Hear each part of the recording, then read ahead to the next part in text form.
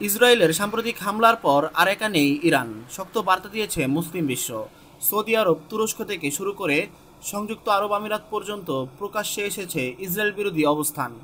যদিও যুক্তরাষ্ট্র ইসরায়েলের পাশে রয়েছে, তথাপি দৃশ্যপটে চাপে পড়েছেন দেশটির প্রধানমন্ত্রী বেনিয়ামিন নেতানিয়াহু। যুদ্ধ শুরু করেই যেন হাওয়া হয়ে গেছেন তিনি। তার অবস্থান নিয়ে শুরু হয়েছে ধোঁয়াশা। এদিকে যুদ্ধের সমীকরণ পাল্টে দিতে এবার মাঠে নেমেছে চারটি পরমাণু শক্তিধর দেশ। তারা সরাসরি ইরানের পাশে থাকার ঘোষণা দিয়েছে। তেহরানে ইসরায়েলি হামলার পর আন্তর্জাতিক অঙ্গনে নিন্দার ঝড় উঠেছে। মুসলিম দেশগুলোর বাইরেও ইরানের মিত্র রাষ্ট্রগুলো এই হামলার বিরোধিতা করেছে। ইরানের নিজস্ব পরমাণু অস্ত্র না থাকলেও এই অস্ত্রের অহংকারে ইসরায়েল হামলা চালায় বলে দাবি করা হচ্ছে। তবে এতে পরিস্থিতি আরও জটিল হয়ে উঠেছে।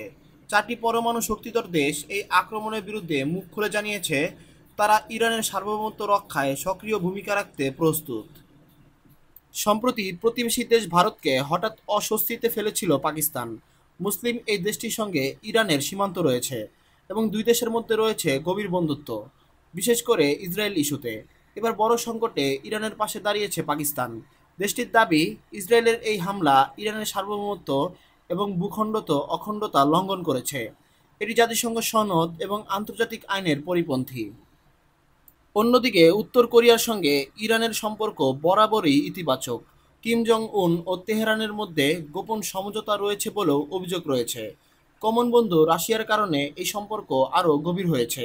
ফলে উত্তপ্ত পরিস্থিতিতে উত্তর কোরিয়াও ইরানের পাশে থাকতে পারে বলে ধারণা করা হচ্ছে। সবচেয়ে গুরুত্বপূর্ণ হলো চীনের অবস্থান। চীন এখন কেবল অর্থনীতিতে নয়, সামরিক ও কূটনৈতিক প্রভাবেও বড় খেলোয়াড়। জাতিসংঘে চীনের প্রতিনিধি ফুকং বলেছেন, ইসরায়েল ইরানের সার্বভৌমত্ব, নিরাপত্তা ও অভ্যন্তরীণ অখণ্ডতা লঙ্ঘন করেছে। তার ভাষায়, ইসরায়েল আরও একটি রেড লাইন অতিক্রম করেছে।